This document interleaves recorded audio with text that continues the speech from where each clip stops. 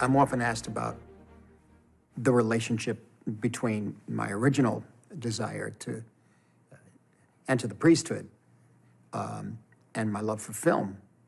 In other words, in a sense, going from one vocation, which is one calling, it's called one calling, which is the priesthood, to another, which is a calling, which it is a commitment to a way of life, and that is the filmmaking. Of course, it's a very, personal matter, but I will say that it was a matter of being honest with myself as best I could, and realizing that you must do what you're called to do within yourself. The church and cinema, they both made sense to me. One particular priest who was very, very influential in my upbringing from the age of 11 to the age of 17 or 18, and that made sense. He really made sense about morality and life in the outside world, away from the neighborhood and the church we were in. And this was a person that I wanted to be like. Of course, in order to be a true cleric in that sense, you do have to feel that yourself. You have to be, there's a commitment that you can't join it because you want to be like somebody else. It has to come from you. And I found all of this started to filter into storytelling. This particular priest did help try to balance common sense in the world and also moral sense. But the world we're in, there was the Bowery, when they called them the bums at the time, living on the Bowery, were part of the world that I grew up in. There was a criminal element, along with the working class people who were just trying to stay alive, and the older Sicilians and Neapolitans who had come to America who didn't speak English. So much was entangled what went on in that neighborhood and in my own life. And it was so powerful to me. The desire to tell these stories on film came from that.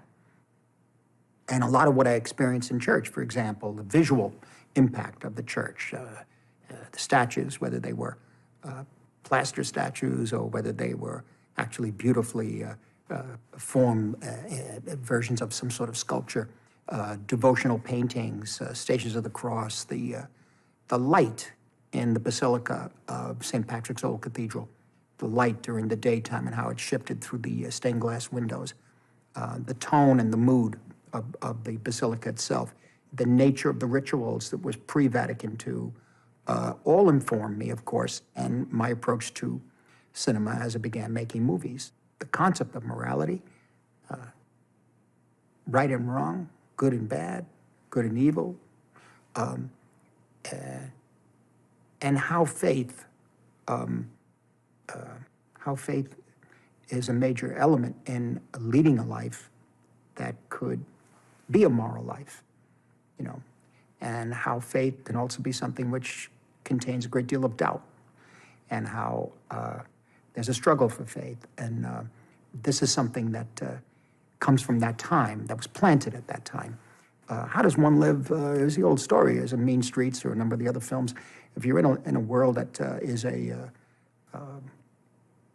in the front lines of a world that is pretty tough and pretty negative, and at times evil is all around you, how do you try to live not balanced, but how do you try to live a moral life? And so these questions always have come back to me, and this is what I think of all the time.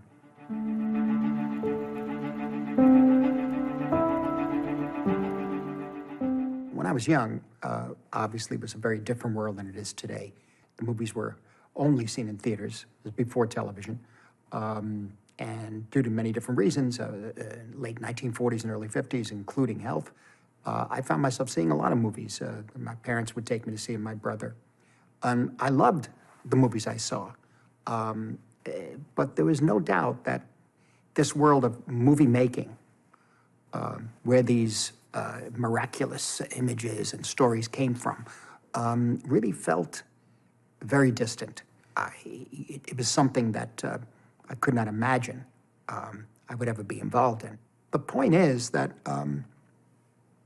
with creativity, with cinema, like any real art form, is you really should know the old work that has gone before, the old masters.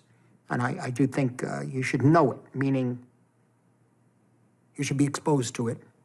You should see and experience them as best you can. Do not look at them to learn from them. Look at them to see if it speaks to you, if you're interested at all, if you're curious.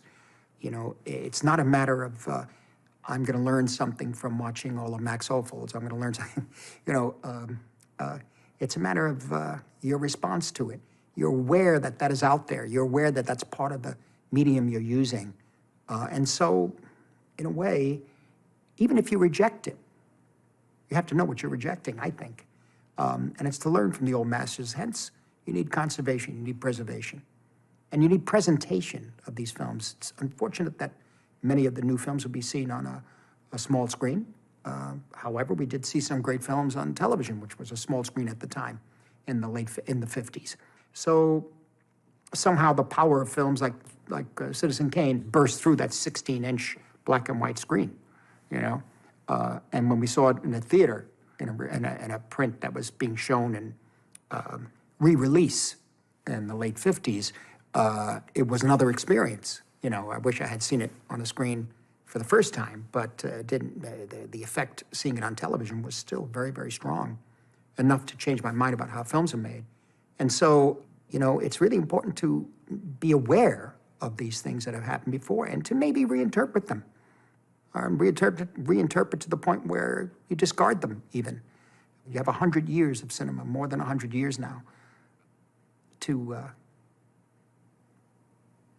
sort of, I should say, dive into, in a way, and find your way, you know? Because in 1960, we had basically some of the 1930s, all through the 40s and 50s of American films. All the silent films were not seen. If you did see a silent film by that point, it was in 16 millimeters, scratched up, jerky motion, and you wondered why anybody went to see these things. You had some foreign films, French and Italian mainly, many British films, but nothing from Japan until the early 50s. And so there was a possibility, German films to a certain extent from the 1920s, again, there was silent. Russian films, there was silent. So whatever prints we got, dupe negatives, they weren't the best. But you were aware of these things. And yet, I think by 1960 or 61, one could still say you could actually absorb the history of cinema from all over the world, because there wasn't that much to see, you know, compared to now. Now you have everything. And everything is on the same plane, on the same time scale, almost. You can watch something from 1920 and then see something was made yesterday. The people who made cinema and created cinema, I should say, in 1898 to 1903 to 1910 to 1916 to 1925, it's a very different, they were creating a language, they were creating a new form, a new art form. And so we, myself and my generation, many, you know, even others at that time, but primarily the generation that came out of the 50s and 60s that started making films in the 70s, the cinema that was made, particularly in America, that we were exposed to constantly, is a block of time that is something very special to us. No one really ever thought about the continuity, the preservation or the restoration, or even just the preservation, the conservation of these works that influenced us so much. Not only influenced, but made up so much of our lives. There was a transition from the old studio system in the 60s to the early 70s, a transition from the old studio system to the new Hollywood at that time. But in the midst of it, you don't know if there's going to be a new Hollywood, you see. We just knew that the studios were closing down, they were selling off their props, who knows what was happening to their prints. A lot of the prints are on nitrate stock, a lot of the negatives are nitrate, they're just disintegrating. All of this was the end of an era, you see. And so we started trying to raise the consciousness of people who were in power at the time to preserve the films, conserve the films.